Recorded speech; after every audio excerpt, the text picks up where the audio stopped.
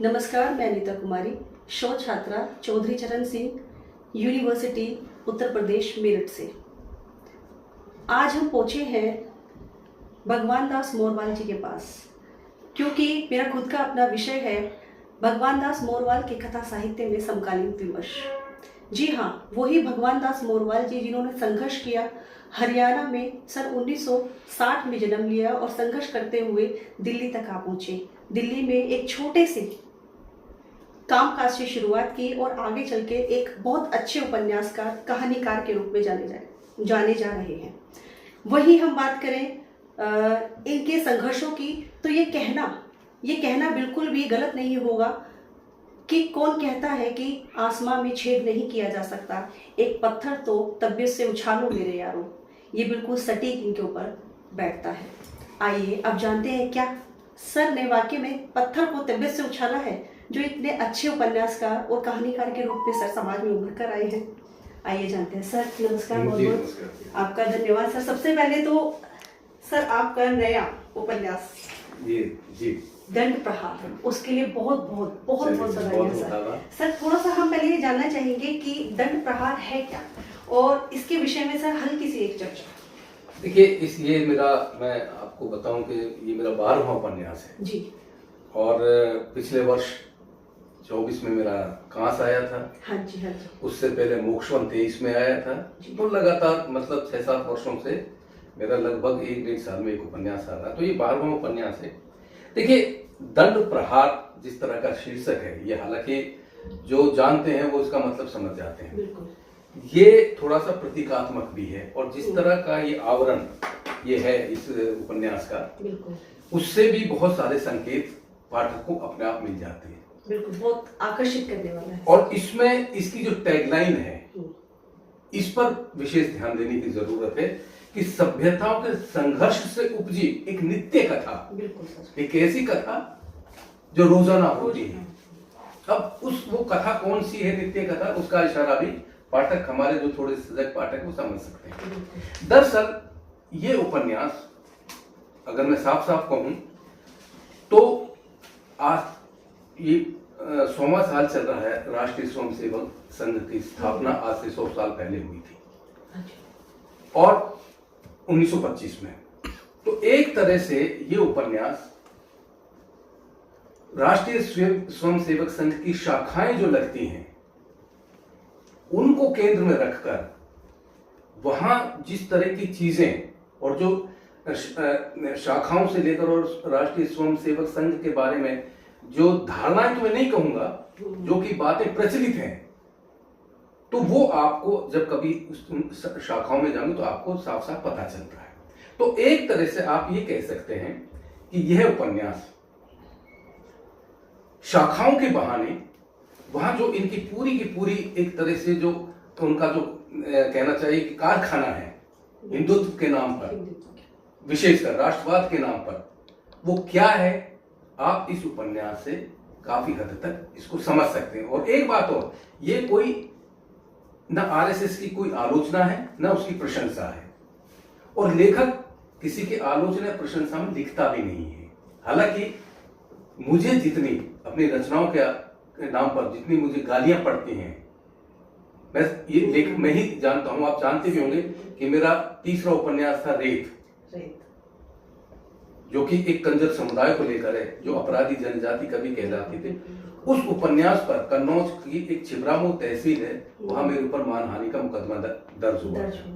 उसके बाद जब हलाला आया ये उपन्यास, ये उसका तीसरा संस्करण है, इसी के साथ आया दंड प्रहार के साथ। इसमें भी मुझे दूसरे लोगों ने काफी, कहना चाहिए कि इसकी बहुत आलोचना की गई, और ये तक कहा गया कि आपको क्या अधिकार है कि किसी दूसरे धर्म पर लिखने की। इसी तरह से जो खानजादा आया, उसमें भी कुछ इस तरह की बात, और अब ये दंड प्रहार है।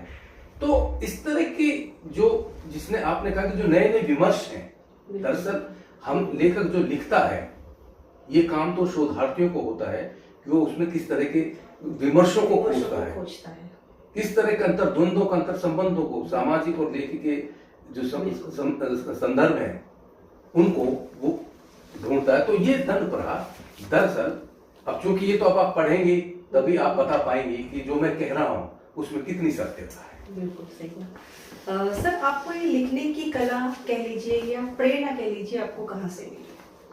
कुछ आपके ऐसे अनुभव रहे हो व्यक्तिगत?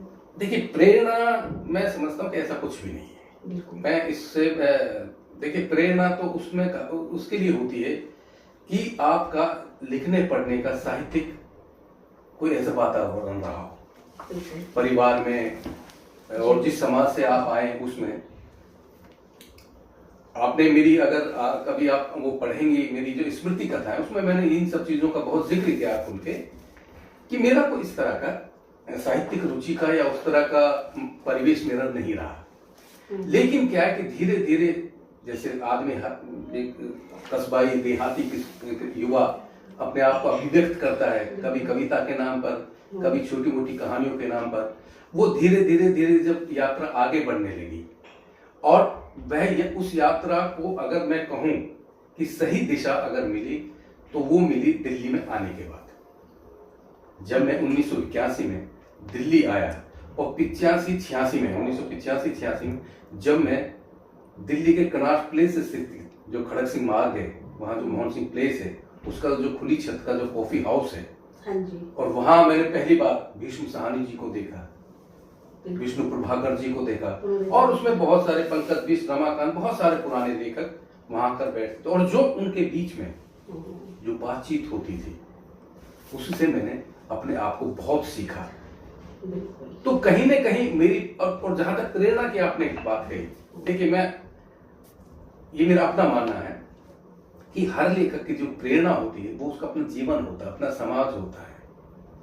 हाँ, वो उसकी कोशिश होती है कि उसकी एक इच्छा होती है कि अगर कभी मैं लेखन में इस क्षेत्र में आगे बढ़ा तो मैं या तो प्रेमचंद की तरह हूं या रेणु की तरह हूं, कवि के रूप में आप दूसरे कवियों की वो आप कह सकते हैं कि अपने आप को आप उनकी समकक्ष या उस जैसा बनने की कोशिश करते हैं। लेकिन प्रेरणा मेरा अपना ये मानना है कि आपके अनुभव, आपकी स्मृतियां और सीखने की ललक, और सबसे बड़ी चीज ये है कि अगर मैं आज यहाँ हूं तो इसके पीछे जो सबसे बड़ा किसी भी लेखक के में जो उस लेखन में काम आता वो करता है, जो काम करता वो करता है उसका लेखकीय अभ्यास।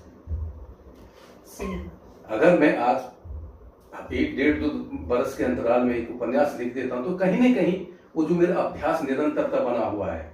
बिल्कुल सर, वो मैं देख रही हूँ लगातार सर, आप हर साल कोई ना कोई एक नया उपन्यास लेकर आ रहे हैं, 23, 24, 25। हाँ, उससे पहले लगातार, उससे पहले भी है, लेकिन बीच में एक आध साल ज्यादा नहीं, एक आध साल जी जी देख पा रही 2021 जी। उसके तुरंत बाद सर ये जानना चाहूंगी कि आर्थिक, सामाजिक और पारिवारिक जो संघर्ष रहे उन सब के बीच में जो साहित्यिक दृष्टिकोण है वो आपका क्या रहा? देखिए, ये आप निर्भर इस पर करता है जी कि आपका शुरुआती जीवन, घर परिवार के आर्थिक सामाजिक स्थिति क्या है, ये तो है ही। उसके अलावा सबसे बड़ी चीज ये होती है कि जो आपका खुद का जीवन होता है और उस खुद के जीवन में आपने क्या क्या भोगा है। मैं आपको बताऊं कि हालांकि मैंने सारी चीजें अपनी स्मृति कथाओं में की गई है और कुछ मैंने देखी भी उसमें कि जी जी जी जी एक इंटरव्यू है, एक छोटा सा इंटरव्यू मैंने उसमें आपका देखा है साक्षात्कार के दौरान में कि जब मैं आया तो हमने रोटी मांग के भी चुरा के भी खाई। मैं जब अच्छा मैं एक और चीज बताऊं, दिल्ली में जो आया, मैं दिल्ली में लेखक बनने के लिए नहीं आया। मेरी कुछ पारिवारिक स्थितियां ऐसी थी कि मुझे उसके चलते दिल्ली में रोजगार की तलाश में आना हुआ 1981 में बीए करते ही। और उसके बाद जो मेरे 8 वर्ष जो मेरे रहे, वो जिसको मैं कहूं कि त्रिलोचन जी की कविता है ना, उनका एक कविता संग्रह का शीर्षक है ताप के ताए हुए। तो मेरे वो ताप के ताए थे, तो उन्हीं ताप के ताए हुए दिनों में जो आपने रोटी चुराकर वाली बात थी, उसी दौर की बात है। और धीरे धीरे देखिए उसने ये जो आदमी के साथ अच्छा बुरा अभाव या संसाधनों में रहने की जो उसकी जो परवरिश होती है वो आपकी जीवन दृष्टि को पैना करती है। पैना इस रूप में करती है कि मैं जैसा मैंने जीवन जिया है, मुझे हो सकता है कि उसी तरह के पात्र, उसी तरह की सामाजिक समरसता जिस समाज में मैं रहा हूं। और आपको सुन के ये हैरानी नहीं होनी चाहिए कि जहां से मैं आया हूं, जिस इलाके से, वो है मेवात। मेवात। और मेवात आप जानते हैं कि इस वक्त उसके बारे में क्या धारणाएं बनाई हुई हैं, क्या नैरेटिव सेट किया जा रहा है कि वहां तो ऐसा है, ऐसा है, ऐसा है, जबकि ऐसा नहीं है। मैं वहां का रहने वाला हूं, मैं इस बात को जानता हूं। और जो मैंने लिया, मेरी जो लेखन की सबसे बड़ी ताकत है, वो मेरा मेवाती समाज है, जहां से मैंने ये सारी चीजें। अगर हम काला पहाड़ की बात करें तो शुरुआती जो पूरी पृष्ठभूमि है वो मेवात की। मेरा पहला उपन्यास है सर आपका वो। और एक समय में देखिए, उस वक्त तो ये सोशल मीडिया और इस तरह की चीजें नहीं थी।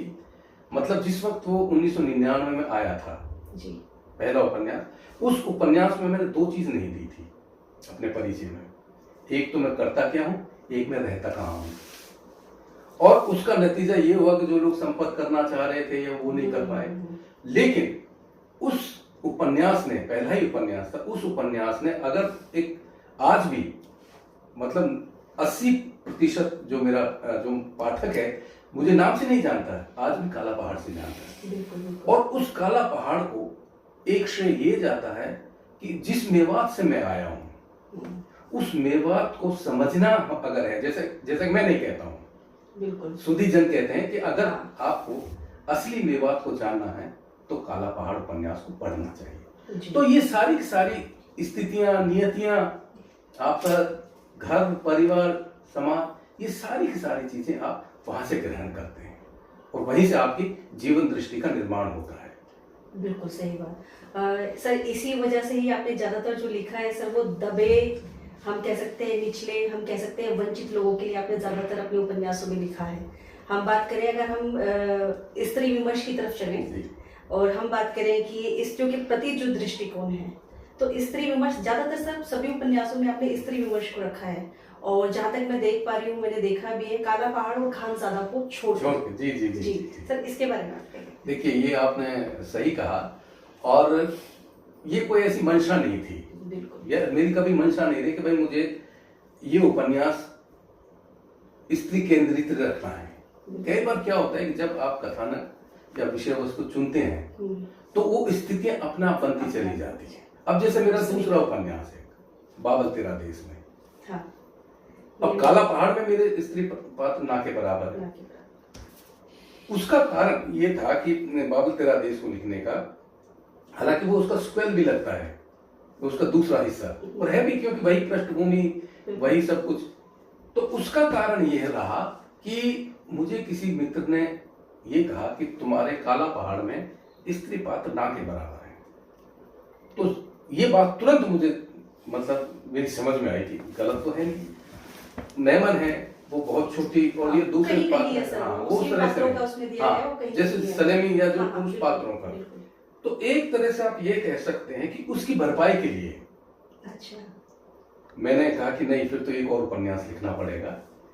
फिर मैंने बाबल तेरा देश में वो लिखने की मेरी योजना बनी, और वह योजना ये बनी कि खाली स्त्री केंद्रित उपन्यास या उसके पात्रों का अगर उसमें बाहुल्य हो, लेकिन विषय क्या हो उसका। तो मैंने ये तय किया कि मैं एक गांव देहात की जो स्त्री है, वो हिंदू भी हो सकती है, मुसलमान, किसी भी धर्म या संप्रदाय की हो सकती, उसकी अपने धर्म को लेकर क्या समझ होती है, हो सकती है या होती है, उसको मैंने केंद्र में रखा।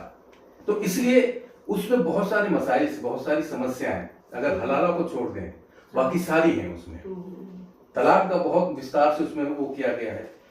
उसके बाद तो ये हुआ, सिलसिला शुरू हुआ कि फिर तो रेत ले लो। नरक मसीहा में भी बहुत है सर, रेत में भी बहुत है। रेत तो है ही उसी तरह का, इसलिए केंद्रित अगर देखा जाए तो आपका वहाँ पे तो विमर्श भी कई सारे मिलते हैं। सुरबंजारन है, वो भी बिल्कुल एक हाथरस शैली की नौटंकी अदाकारा वो केंद्र में।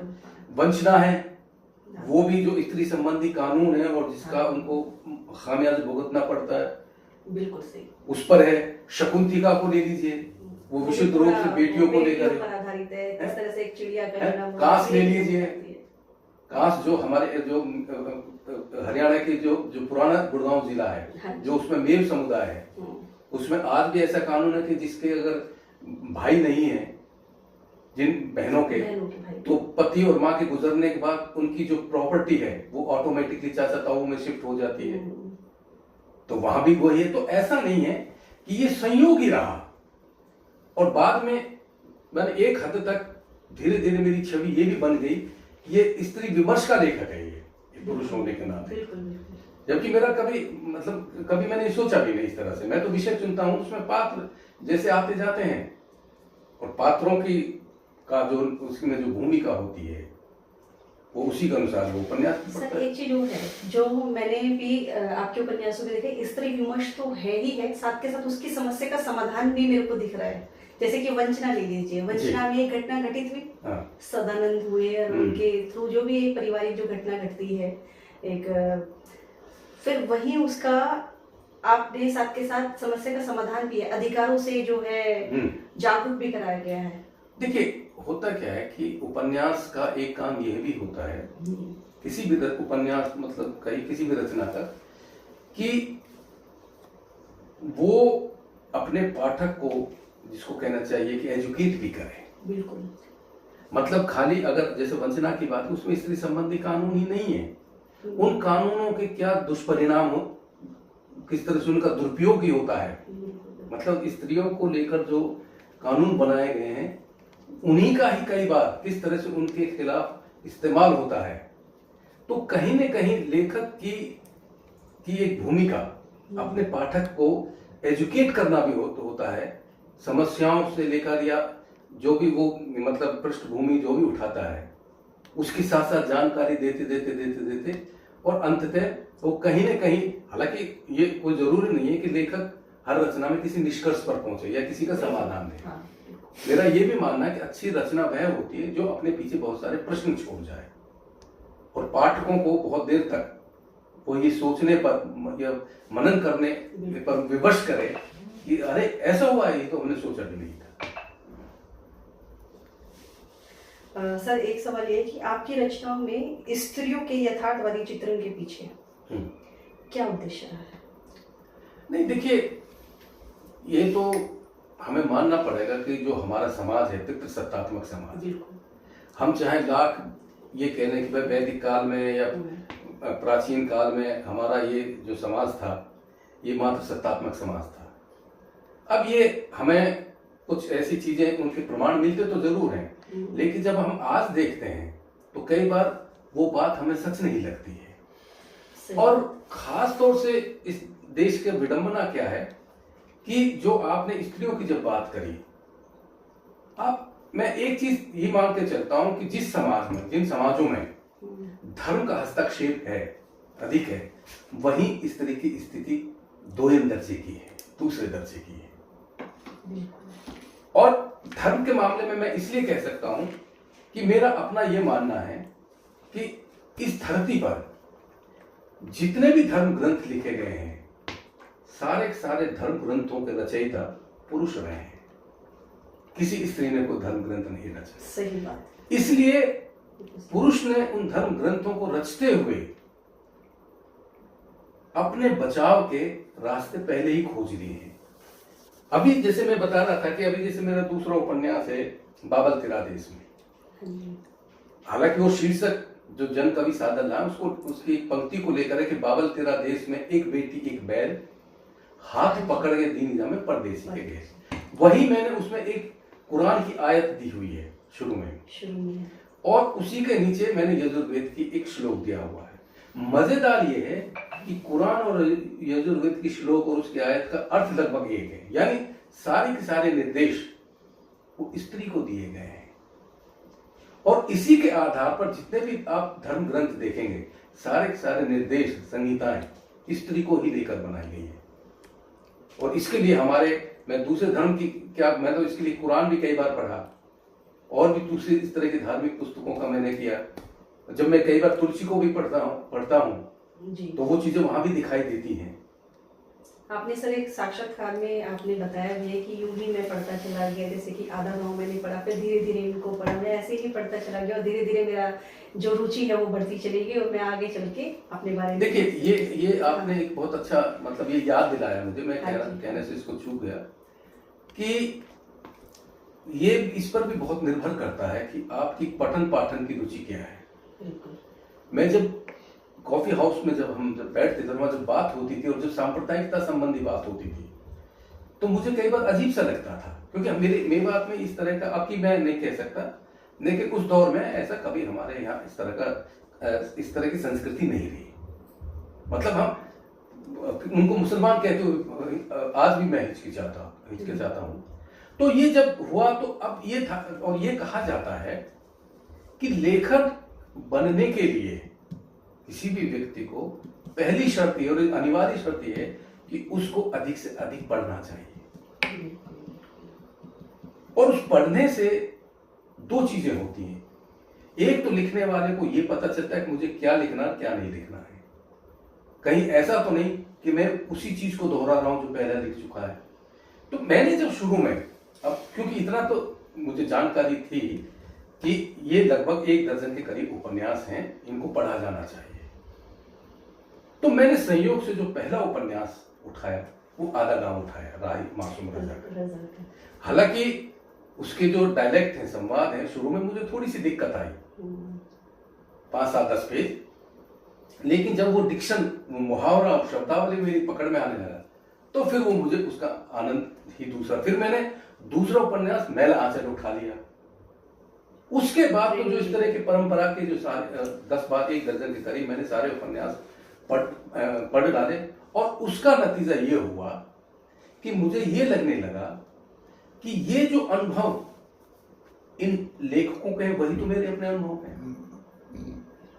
फिर मुझे किसी ने बताया भी, जब मैंने कुछ कहानियां देखी मेवात को लेकर, उन्होंने कहा कि यार आपके पास स्मृतियां बहुत अच्छी हैं, अनुभव बहुत अच्छी है, भाषा बहुत अच्छी है, आप इनका इस्तेमाल इन कहानियों में करने की बजाय किसी बड़े काम में करिए। यानी ये इसका अभिप्राय उपन्यास जैसी चीज से था। और मैंने उन सारे अनुभवों को काला पहाड़ में, अपनी उन स्मृतियों का उपयोग काला पहाड़ में किया, जैसा भी था। अनगढ़ है, मतलब मैं अनगढ़ ही मानता हूँ उस उपन्यास को, पहला उपन्यास था। लेकिन कई बार क्या होता है कि एक अनगढ़ता में भी बड़ी ताजगी होती है। आजकल वैसे भी समाज में सर ये चीज हो गई कि नयापन जो चाहिए ना, हाँ। वो सर काला पहाड़, बेशक आप ये कह रहे हैं कि वो अनगढ़ है, लेकिन मैंने सर उसको देखा है, पढ़ा है, वो मेरे को लगा कि मेवात की जो पृष्ठभूमि बहुत अच्छे से बापू भी उसमें दिखाई दे रही है, बहुत अच्छे से सर। सर अगर हम बात करें जातीय धर्म के दृष्टिकोण की, तो आप इसके बारे में कुछ आप हमें बताइए अपने उपन्यासों के बारे में कि जातीय धर्म से रिलेटेड आपने चीजें दी है। जैसे कि तरक मसीहा की हम बात करें तो अलग अलग के बारे में आपने सफाई कर्मचारियों की बात की है, तो सर उसके बारे में देखिए, जाति और धर्म, हमें एक चीज तो मानना पड़ेगा कि ये एक ऐसा शाश्वत सत्य है कि हम चाहे कितना ही इसको ये दुहाई दे कि बेकार की चीजें हैं, बेकार की चीजें हो सकती हैं, लेकिन आप व्यवहारिक तौर पर आप इनसे अछूते नहीं रह सकते। अब जैसे जाति का ही मसला ले लीजिए आप। जाति एक ऐसी मतलब चीज है कि आदमी के मरते दम तक उसका पीछा नहीं छोड़ता है। मतलब राजेंद्र यादव जी जाति को लेकर बहुत अच्छी बात कहते थे कि जाति एक ऐसी कील है जो मनुष्य की छाती में, सीने में मरते दम तक गड़ी रहती है, और इसको पोषित करने में, जाति को पोषित करने में सबसे बड़ा जो योगदान रहा है वो धर्म का रहा है। मैं दूसरे की बात नहीं कर सकता, मैं अपने जिस धर्म में मैं पैदा हुआ हूं और जिन हम धर्म ग्रंथों की रात दिन हम आलोचना करते हैं, वो सब के सब आपके सामने हैं। तो कहीं न कहीं उस चीज को, बल्कि आज की तारीख में, वर्तमान में, जैसा हम कहते हैं कि आदमी शिक्षित होता जा रहा है, पढ़ता लिखता जा रहा है, मतलब इस दौर में वो चीजें कम होनी चाहिए जातिवाद, लेकिन वो और ज्यादा अब बढ़ने लगी, और जातिवाद को एक तरह से मतलब अस्मिता के रूप में भी देखा जाने लगा है। इसलिए राजनीतिक स्तर पर ये बात उठने लगी है कि ये जो जाति गणना है क्या है, यही है ना। सही बात है, ताकि शुरुआत ही हो रही है तो वो तो समाज में फैलेगा। कहते हैं कि अब जो बच्चा जन्म ले रहा है उसको इंजेक्शन जो लग रहा है ना सर, वो हाँ, बचाव के लिए नहीं है, वो इंजेक्ट जो हो रहा है बच्चों जाति, ये इंजेक्शन नहीं, वो तो इसलिए वो आपको कहीं न कहीं आपकी ताकत को भी दर्शाता है। बिल्कुल बिल्कुल। और जो जिन जातियों की संख्या ज्यादा है और वो थोड़ा राजनीतिक रूप से और शैक्षणिक दृष्टि से थोड़े सचेत हैं, उनकी भागीदारी सत्ता में भी ज्यादा है। तो सत्ता, जाति, धर्म, ये तीन चीजों एक तरह से अगर हम कहूं तो ये एक दूसरे के पर्याय बन से गए हैं, एक दूसरे के पूरक बन गए हैं। आप लाख बात कह दीजिए, और ये देखिए, ये ऐसा नहीं है। मैं कभी भी, अब जैसे अक्सर मुझे 1-1.5-2 महीने के बाद मैं जब गांव जाता हूं तो मुझे कुछ न कुछ वहां बदलाव दिखाई देता है। मतलब इतनी तेजी से बदल रहे हैं। और गांव देहातों में खासतौर से, हम जो शहर में जिन लोगों को सर, ये बदलाव हमारा जातिवाद को लेकर है या फिर हर तरह से, मैं वही बताऊं, हर तरह से मतलब डॉक्टर अंबेडकर ने अगर हिंदुस्तान के, भारत के गांव देहातों को नरक कहा था, उसको विशेषण दिया था नरक, तो ऐसे नहीं दिया था। मतलब आज भी सामंतवाद, जातिवाद, छुआछात, मतलब इतना भयानक है, जो कि कम होना चाहिए वो और ज्यादा है। और इसका सीधा असर उस बहुसंख्यकवाद से है कि जिस क्षेत्र में जिस जाति की ज्यादा संख्या है और जिसकी सत्ता में ज्यादा भागीदारी है, उसमें वो भाव और ज्यादा है। इसलिए आज क्या है कि लोग, मैं बहुत से ऐसे लेखकों को जानता हूं कि जिनका कि हमें बहुत दिनों तक तो यही नहीं पता चलता था कि किस जाति का है। अचानक एक दिन पता चलता है कि वो अपने नाम के पीछे अपनी जाति उपनाम भी लिखने लगा है। तो ये कहीं न कहीं ये आइडेंटिटी, जिसको कहता ना चाहिए, वो आइडेंटिटी क्राइसिस को लेकर है। तो जाति और धर्म, और ये आपको कहां से पता चलेगा? अगर आप एक लेखक के रूप में, देखिए एक और चीज मैं बताऊं कि काला पहाड़, में अक्सर एक बात कहता हूं कि काला पहाड़ को कोई वहां का मेव लेखक लिखता तो नहीं लिख सकता था ऐसा, कोई सवर्ण लेखक लिख सकता था, वो भी नहीं लिख सकता था। इस काला पहाड़ को भगवान दास मोरवाल जैसा बीच की जाति का ही लेखक लिख सकता था, क्योंकि वो दोनों तरफ से निष्प्रय, उसका ना उस तरफ लगाओ ना उस तरह से लगाओ। अगर मैं इन दोनों समुदाय में से, तो कहीं ना कहीं मेरा जो आग्रह है, वो आग्रह का जो पलड़ा है, वो एक तरफ झुका रहता, जो कि इसमें नहीं बन पाया है। सर, क्या आपने भी कभी अपना अनुभव में जातिवाद की कुछ समस्याओं को झेला आपने पर्सनली तौर पे? देखिए, होता क्या है कि जैसे मैं बताऊं कि मेरा नाम भगवान दास मोरवाल है। हाँ जी। अब ये मेरी जाति का अपना गोत्र है, तो मैं जब भी किसी से मिलता हूं तो उसकी पहली कोशिश ये होती है कि मोरवाल कौन होते हैं। और ऐसा नहीं है, पूछते हैं हमसे भाई मोरवाल कौन होते हैं। और गोत्रों का एक और मजेदार चीज है, गोत्र ऐसी चीज है, जैसे चौहान है, वो आपको वाल्मीकियों में मिलेंगे, राजपूतों में मिलेंगे, और वो आपको मतलब जो मुसलमान राजपूत है उनमें भी मिलेंगे। इसी तरह से मलिक है, मलिक आपको मुसलमानों में मिलेंगे, जाटों भी मिलेंगे, पंजाबियों में भी मिलेंगे। तो इस तरह से क्या कि ये बड़ा अजीब सा घालमेल है। तो जो आप कह रहे हैं कि कभी एहसास नहीं हुआ, वो साफ पता हमें क्यों नहीं एहसास होता। जैसे मैं आपको एक रहस्य उद्घाटन करूं कि मुझे हिंदी जगत का 90% जो पाठक है वो मुझे दलित समझता है, और उसका मुझे फायदा भी होता है। मैंने एक बार अपने किसी मित्र से कहा कि यार, वो भी मजाक में कहता है, मैं उससे कहता हूँ कि यार मुझे तो लोग दलित कहते हैं, तो कहते हैं कि कहने तो आपका क्या बिगड़ रहा है। जैसे कि हम बात करते हैं कि मोहनदास ने मिश्रा, हाँ। तो भगवान दास मोरवाल, जाहिर सी बात, नहीं तो एक लास्ट में नेम निकल के। और ये देखिए, ये स्वाभाविक भी है, क्योंकि हम लोगों की जो ग्रोथ हुई है, जो हम लोगों का, हम जिस समाज में रहते हैं, भारतीय समाज में, वहां ये सबसे पहले यही चीज देखी जाती है। और इन सब चीजों का असर, एक और मैं बता दूं, इन सब चीजों का असर आपके व्यवसाय में, लेखन में, समाज में, ओहदे में, पदोन्नति में, नौकरी में, सब में प्रभावित होते हैं। बिल्कुल प्रभावित होता है। तो इस चीज को हमें स्वीकारना चाहिए कि है, इस देश की ये स्थिति है तो है। और इस तरह के छोटे समाज से मतलब जो आने वाले लेखक हैं, ये डायरेक्टली इनडायरेक्टली उनको परोक्ष और अप्रत्यक्ष रूप से वो मतलब वो सबसे उनको झेलना पड़ता है। सर, आपके अनुसार साहित्य और समाज का संबंध कैसा होना चाहिए? देखिए, साहित्य तो ये है कि जो समाज का दर्पण है, जिसको हम कहते हैं कि भाई साहित्य तो समाज का दर्पण है।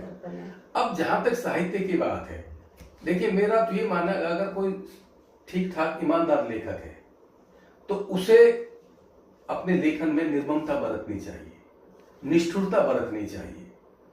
और खास तौर से जब पात्रों की बात आती है तो हम ये कहते हैं कि भाई पात्र कहाँ से आएंगे। जाहिर सी बात है, लेखक जिस समाज में रह रहा, जिस घर परिवार में रह रहा, वहीं से तो पात्र आएंगे। तो कई बार अब उसके पात्र उसके घर परिवार से भी आते हैं। अब जैसे काला पहाड़ में एक पात्र है जो पतंगबाज है, और फिर वही पात्र नौटंकी के एक उसमें झील नक्काड़े बजाने का भी, वो मेरे अपने पिता है और उनका नाम भी वही है। तो निष्ठुरता से मेरा ये मतलब है कि जिन पात्रों को आप दिखाना चाह रहे हैं, आपको एक लेखक होने के नाते आपको आप ये सोचो कि यार ये पात्र तो मेरे घर परिवार का है, उसमें अगर आप थोड़ी सी उदारता बरतेंगे तो वो आपकी ईमानदारी नहीं। तो साहित्य यही काम करता है कि जो सच्चाई है उसको ठीक है थोड़ा से आप पॉलिश में उसको चमका कर और थोड़ा धो पूंछ कर ला सकते हैं। इसीलिए क्या है कि जो आत्मकथाएं हैं और उपन्यास हैं, अब जैसे अक्सर हम एक जो कथाकार होता है, उपन्यासकार होता है, उसके बारे में ये कहा जाता है कि जैसे एक बार आगे से किसी ने पूछा कि आप अपनी आत्मकथा कब लिखोगे, तो अज्ञे जी ने कहा कि जिस दिन मुझे झूठ बोलना पड़ेगा उस दिन मैं आत्मकथा लिखूंगा। क्योंकि कथाकार के लिए उसके जो अनुभव हैं, उसका जो जीवन है, उसका जो जीवन का सार है, उसके संघर्ष है, वो सब के सब उपन्यासों में आ जाते हैं और वही उनके लिए कथा है। और कहीं ना कहीं जब आप पढ़ेंगे तो आपको पता चल जाएगा, क्योंकि बहुत सारे पात्रों में वो पात्र नहीं होते हैं, वो दरअसल लेखक ही होता है जो अपनी बात अपने पात्रों से कहता है, लेखक के माध्यम से पात्रों के थ्रू वो लेखक ही कहता है। और वो इसीलिए कई बार वो बड़ी प्रामाणिकता होती है जब वो पात्र उसको बोलते हैं उस तरह से। बिल्कुल बिल्कुल। सर आपको क्या लगता है कि आज के जो लेखक है वो सामाजिक सरोकार से जो है दूर होते जा रहे हैं? देखिए ये शिकायत तो है, ये शिकायत तो देखिए क्या है कि लेखन के लिए सबसे पहले आपकी सामाजिक दृष्टि, आपके क्या सरोकार हैं, ये बहुत निर्भर करता है। कहानी तो चलो कई बार चल जाती है, लेकिन उपन्यास में चीजें नहीं चलती। आप समाज को कितना सामाजिक सरोकार क्या है आपके भाई। और दूसरी बात, समाज को शहरों में नहीं बसता है, समाज गांव देहातों में भी है, समाज आदिवासियों का भी है। अगर उनके प्रति आप में अंदर कोई संवेदनशीलता नहीं है, आप उनके प्रति संवेदन नहीं है, तो मैं समझता हूं कि फिर वो लेखक चाहे कितना ही बड़ी बड़ी बातें करें अपने लेखन में, लेकिन वो मैं समझता हूं कि वो उचित नहीं है किसी लेखक के। सर आपने जितने भी उपन्यास लिखे हैं, एक हमने बात की स्त्री विमर्श, आपने कितने विमर्शों की चर्चा की है अपने उपन्यास में? देखिए स्त्री तो है ही, मैं जैसे कई बार जो छोटा दबा कुतला जो समाज है, मजदूर वर्ग की आपने उनके भी कंसर्न सरोकार पीछे आते हैं स्त्रियों का। अब जैसे रेत उपन्यास है, वो कंजर समुदाय को लेकर है। हालांकि उनको आदिवासी कहा जाता है, जो अपराधी जनजातियां हैं वो जनजातियां हैं, वो आदिवासी नहीं। तो उसको बहुत से लोग आदिवासी खाने में रखते हैं उस उपन्यास को, क्योंकि हमारे यहाँ आदिवासी जनजाति ये दो टर्म है बेसिकली, जिसको कि हम आदि जनजातियों को भी आदिवासी में ही मान लेते हैं। आदिवासी और जनजाति दोनों की परिभाषा बिल्कुल अलग है। आदिवासी वो हैं जो स्थायी रूप से जंगलों में रहते हैं, जिनके पास खेती बाड़ी है, और जनजाति वो जो घुमंतु होते हैं, जराइम पेशा जो होते हैं, जिनको के एक समय में अपराधी जनजाति अधिनियम तक था, क्रिमिनल ट्राइब्स एक्ट था। आपने दिया है सर उसके बारे में? जी अधिनियम की बात की है। हाँ, जो कि 1952 में पंडित नेहरू ने उसको खत्म किया था।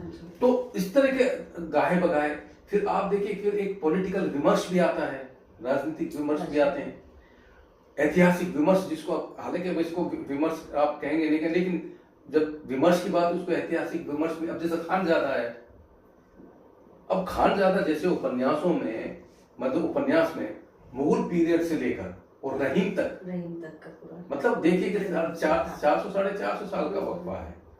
और उसमें भी लेखक ने, अगर आप देखेंगे तो उसमें मैंने बाबर को उस रूप में नहीं दिखाया, जिस रूप में उसके बारे में कहा जाता है। क्योंकि मेरा अपना ये मानना है कि जो मुगलों के बारे में ये प्रचारित किया जाता है कि उन्होंने भारत पर आक्रमण किया, ये गलत है।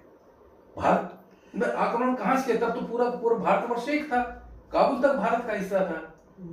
तो उसने भारत पर कहा, उसने तो दिल्ली पर चढ़ाई की, और दिल्ली पर भी किसके खिलाफ चढ़ाई की? इब्राहिम लोदी के, जो कि मुसलमान था। मूलतः जो मुगल पीरियड था, अगर हम इसको इस तरह से समझें कि मूलतः जो मुगल पीरियड था, उसमें वो दौर अफगान और मुगलों के संघर्ष का दौर था। हम तो जबरदस्ती अपने हिंदुओं को उसमें पार्टी बना रहे हैं। बिल्कुल सही कह रहे हैं।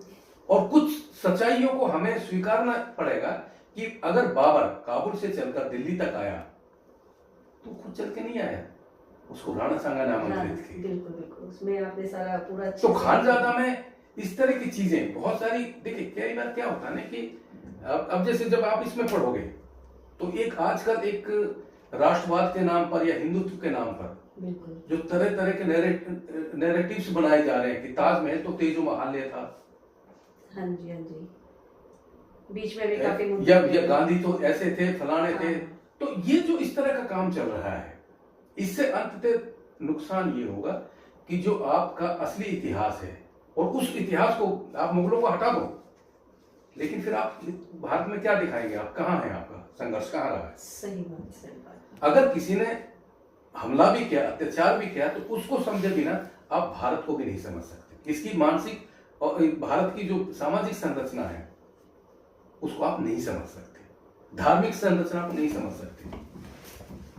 क्या अंग्रेजों का इस देश में योगदान कम था? उन्होंने बहुत सारी प्रथाओं को खत्म कर दिया।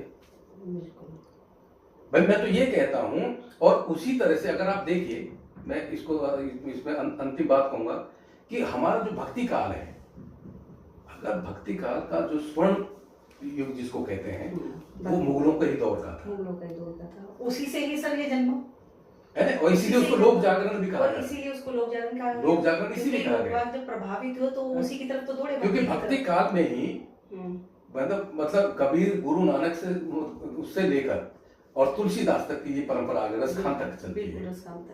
तो ये इसलिए मैं उसको थोड़ा गोल्डन पीरियड भी कहता हूं कि आप शासक की अनुमति के बिना, उसकी इच्छा के बिना आप कर नहीं सकते। लेकिन उस दौर में आपको अपने आप को अभिव्यक्त करने की, रिवोल्ट करने की, विद्रोह करने की आपको पूरी स्वतंत्रता थी।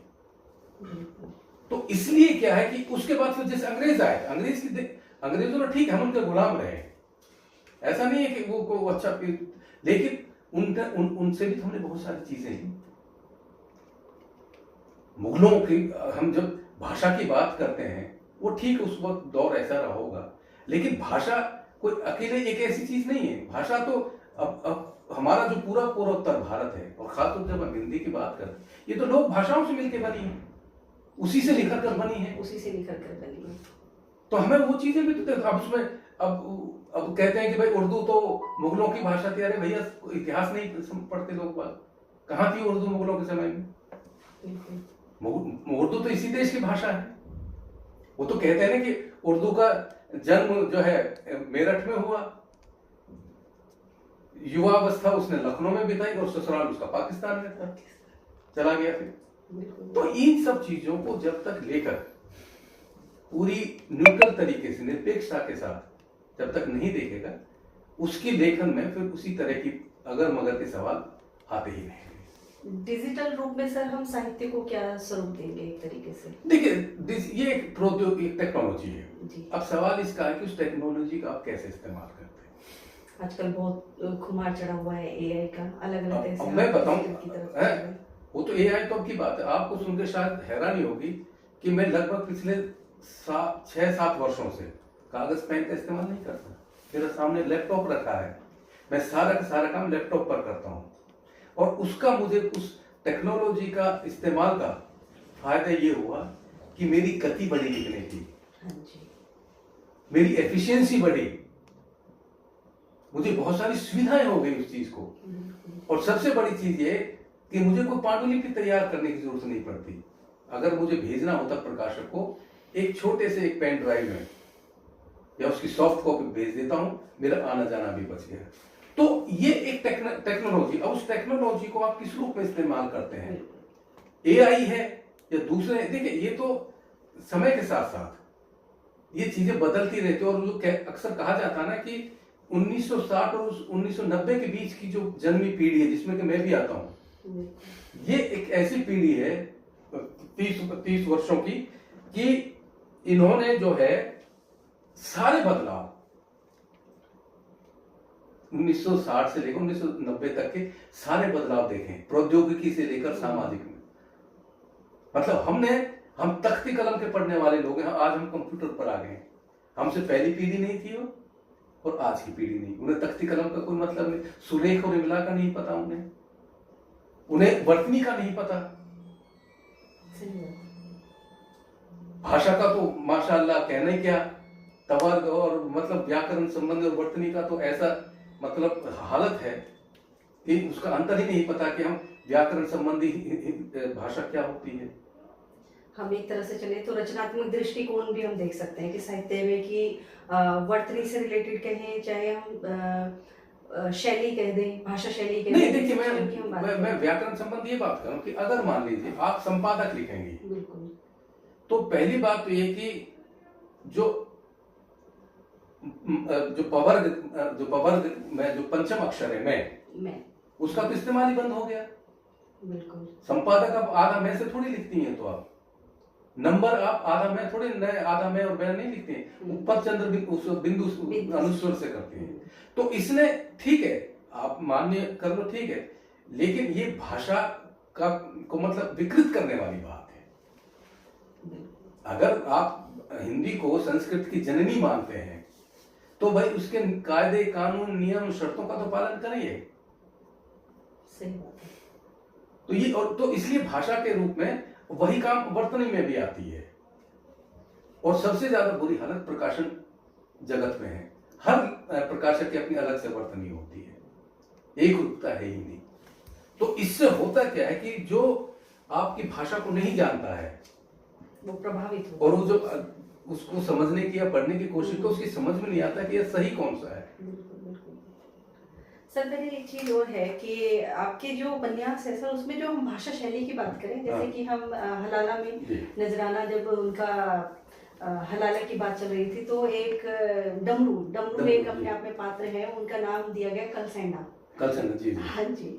तो फिर मैं सर इस चीज को देख रही थी कि आपने जो भाषा शैली का जो इस्तेमाल किया है, वो थोड़ा ग्रामीण क्षेत्रों में, और जो नॉर्मली हम बात कर देते हैं, एक तरीके से ऐसा लगता है जैसे कि वो कोई हमें चिढ़ वाली बातें कह दीजिए, या उसको ही भावना को शिकार हो जाता है, इस तरह की भाषा आपने कई बार। नहीं ऐसा देखिए, होता क्या है कि ये अब जब आप रचना का चयन करते हैं, कुछ कथानक का चयन करते हैं, विषय लेते हैं, तो आपके पात्रों की भी भाषा या संवाद, खासतौर संवादों की भाषा वैसी ही होनी चाहिए। अब मान लीजिए, अब हलाला की आपने बात की, हलाला कोई मेवात की समस्या नहीं, मेवात में तो ये प्रैक्टिस में भी नहीं है, लेकिन मैंने उसकी पृष्ठभूमि मेवात इसलिए रखी कि मैं अपने पात्रों के माध्यम से अपनी बात को बेहतर ढंग से कह सकता हूं। वरना यही उपन्यास अगर मेवाती संवादों में ना होकर लखनऊ में होता या विशुद्ध उस तरह में होता, तो कौन पसंद करता उसको। भाई भाषा का भी तो अपना, ये बोलियों का भी तो अपना सौंदर्य होता है ना। बहुत सारे मतलब आप इसका सबसे बड़ा उदाहरण तुम्हारी ब्रज भाषा है। इस ब्रज भाषा में 200 सालों से ज्यादा साहित्य लिखा गया, और सबसे ज्यादा मध्यकालीन जो ब्रज भाषा में सबसे ज्यादा तो ब्रज भाषा का ही लिखा हुआ है मध्यकालीन। तो अब आप ये देख, लेकिन वो आज ब्रज भाषा कहाँ है, ब्रज कहाँ है, धीरे धीरे भाव की अब बिल्कुल निबंध आपकी हिंदी आ गई है। अब उसमें ये है कि उसमें आपका लोक रंग का नहीं पता चलता। दूसरा मेरा एक और आग्रह है भाषा को लेकर कि अगर मैं अपने लिखने में, चाहे नरेशन हो चाहे पात्रों के अनुकूल, अगर मैं दूसरी भाषा के शब्द ले रहा हूं, मतलब इसको उदाहरण में उर्दू के रूप में, तो मेरा मानना यह है कि संवादों को छोड़कर लेखक जो अपने नरेशन में दे, उसमें उसी शुद्ध होनी चाहिए। जैसे जमीन है तो जमीन ही लिखे लेखक, लेकिन पात्र अगर गांव देहात का, तो करेगा तो इस्तेमाल तो वही शब्द करता है, लेकिन वो जमीन नहीं बोले, वो जमीन बोलेगा। जमीन बोलेगा, जमीन ना बोलकर। तो इससे क्या होता है कि ये जो आजकल एक नया बहुत तेजी से एक और चीज चल रही है, आपने भी देखी होगा, मीडिया से थोड़े से जुड़े हुए कि उस तरह की भाषा को बदलने की कोशिश की जा रही है कि जिनमें उर्दू या फारसी के शब्द हैं। भाई आप ये बताइए कि किस किस चीज को आप निकालोगे, उनके उस दौर के खान पान को निकालोगे, मुगलों के उस कला संस्कृति में जो उनका योगदान है उसको निकालोगे आप? कहां तक क्या निकालोगे भाषा बदलने से? और कौन सी भाषा आप बोलोगे ये बताइए। हिंदी का असली रूप क्या है? वो तो बोलियों से, फिर इस पर एक तरह से वो मतलब कन्फ्रंटेशन होगा, संघर्ष होगा कि आप राजस्थानी प्रभावित वाले हिंदी को शुद्ध मानेंगे या आप मेरठ गाजियाबाद वाली बोली वाले जिनका असर है उसको मानेंगे।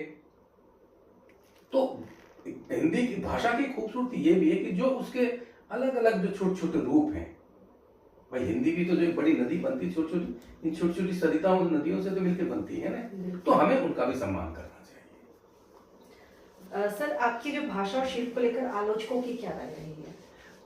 देखिए मेरा अपना ये मानना है भाषा को लेकर। कितना सहमत है आप? नहीं देखिए, सहमत तो लेखक तो वही काम करता है जो उसको अच्छा लगता है।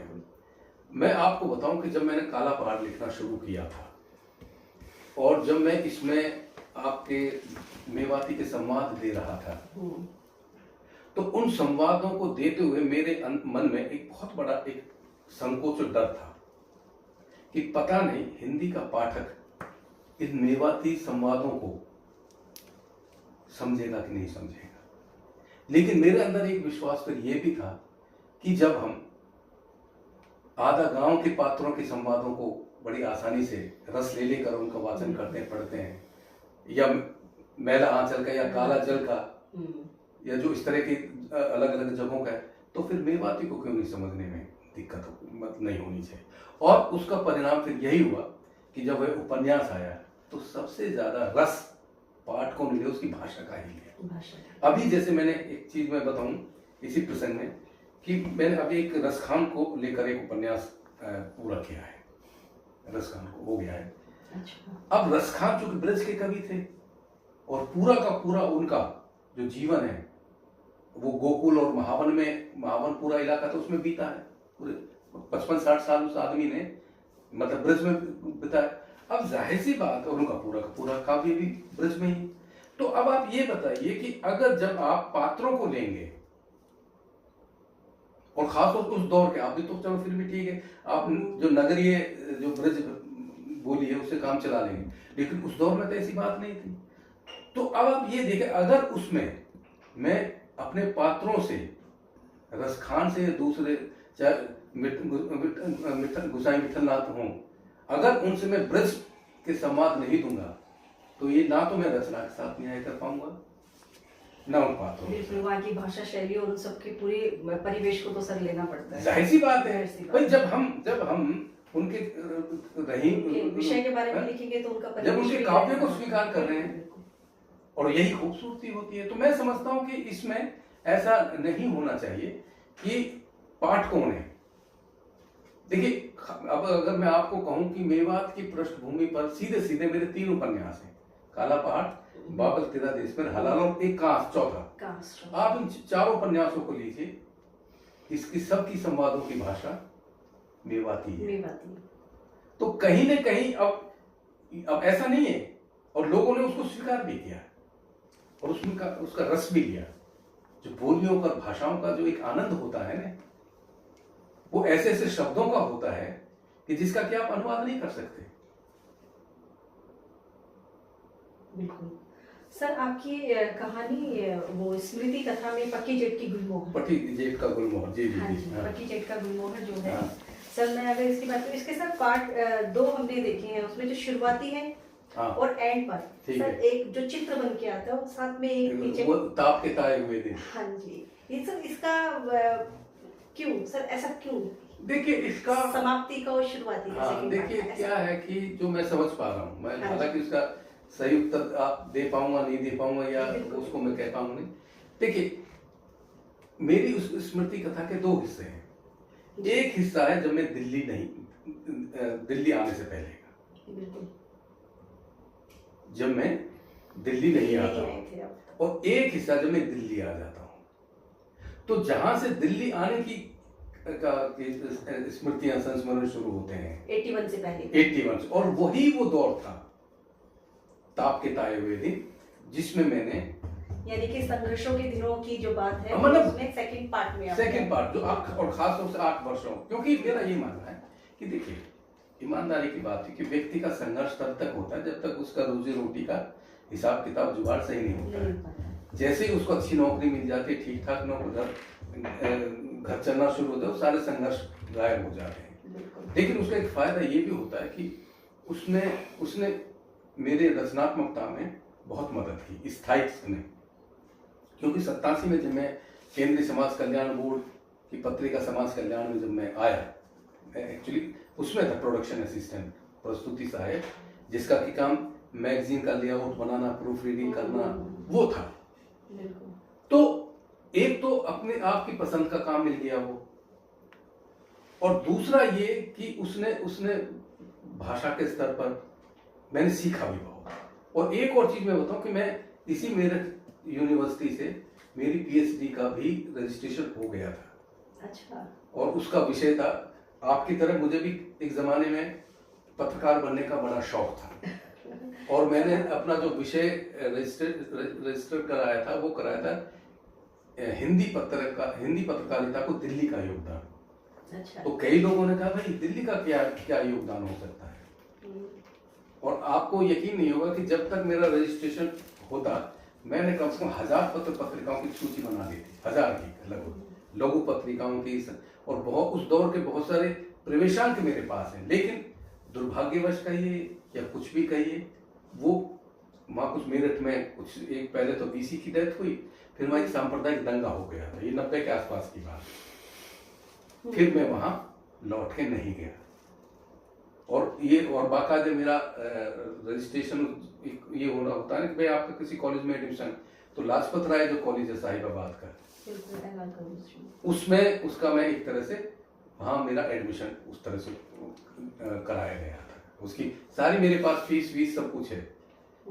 तो ये जो बीच इस तरह की चीजें चलते चलते अंततः ये हुआ कि नौकरी लगने के बाद थोड़ा स्थायित्व मिला, तो लिखने पढ़ने में, क्योंकि आपका ये देखिए, कहने को तो अच्छा लगता है कि आदमी को संघर्ष में रहना चाहिए, ये सब कहने की बात है, व्यवहारिक नहीं, ठीक नहीं है।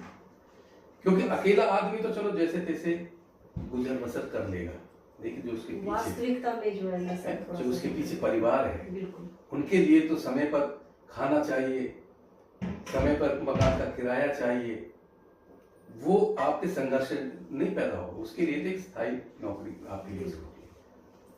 तो इसलिए मैं कई बार जो मेरे पास शोधार्थी आते हैं, मैं उनको यही सलाह देता हूँ कि बेटे, क्रांति के लिए तो पूरी जिंदगी पड़ी है, सबसे पहले आप अपना खाने कमाने का, स्थायित्व का, आप दो रोटी का जुगाड़ बहुत जरूरी है, बहुत जरूरी है। अगर आपको अच्छी नौकरी मिल जाएगी जैसे तैसे जो भी है, तो आप जीवन में बहुत कुछ कर पाएंगे, और आज के समय में तो बहुत जरूरी है।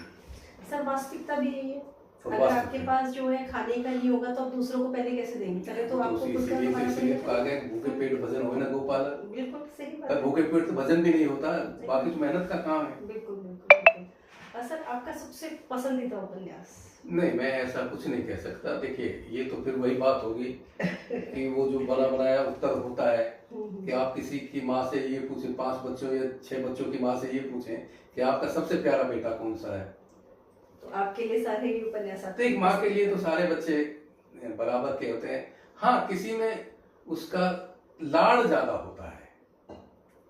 सर वही बता दीजिए आपका। नहीं, ऐसा कुछ भी नहीं, लाड़ तो बहुत ज्यादा नहीं है। देखिए, ऐसा है कि अब लेखक तो अपनी तरफ से तो देखो, कई बार क्या होता है कि जैसे मेरे 12 उपन्यास है, इसमें हो सकता है कि कुछ उपन्यास ऐसे भी हों, जैसे शकुंतला है, वो चल गया, छोटा सा उपन्यास है, वो बहुत सारे पाठ्यक्रम।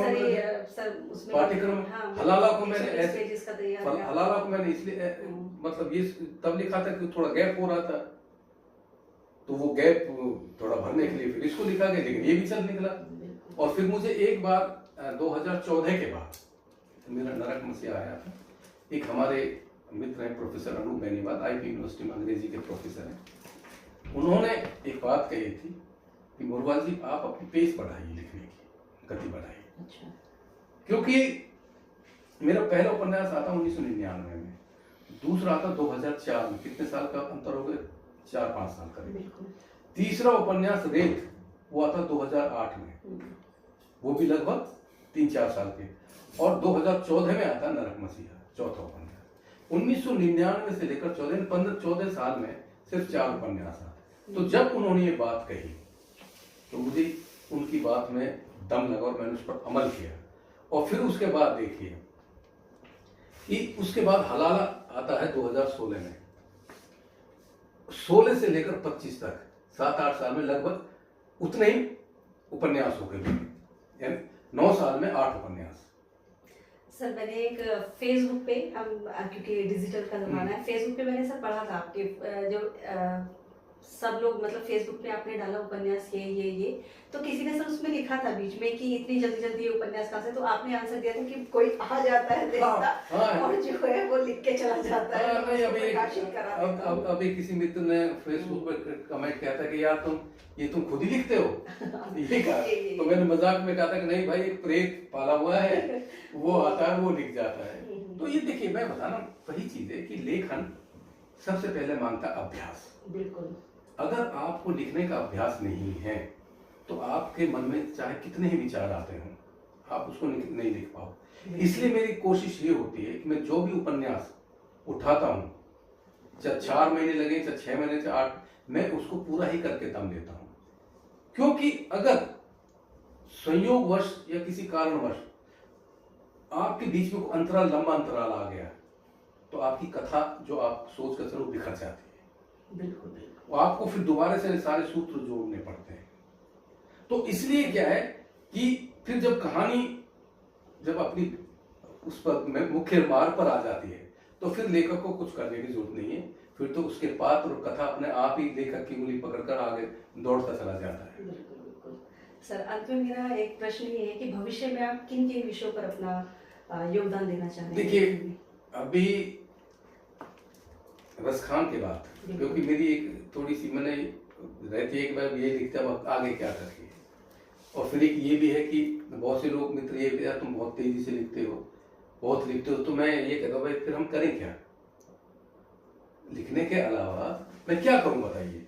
यही तो और कुछ आता नहीं है, और कोई कार्य नहीं हमारे पास एक। तो अभी मैं गांव गया तो वहां मुझे एक लोहार से कुछ चीज बनवानी थी। अब बचपन में भी हम देखते रहे, तो मुझे ये लगा कि यार इस व्यवसाय पर लिखना चाहिए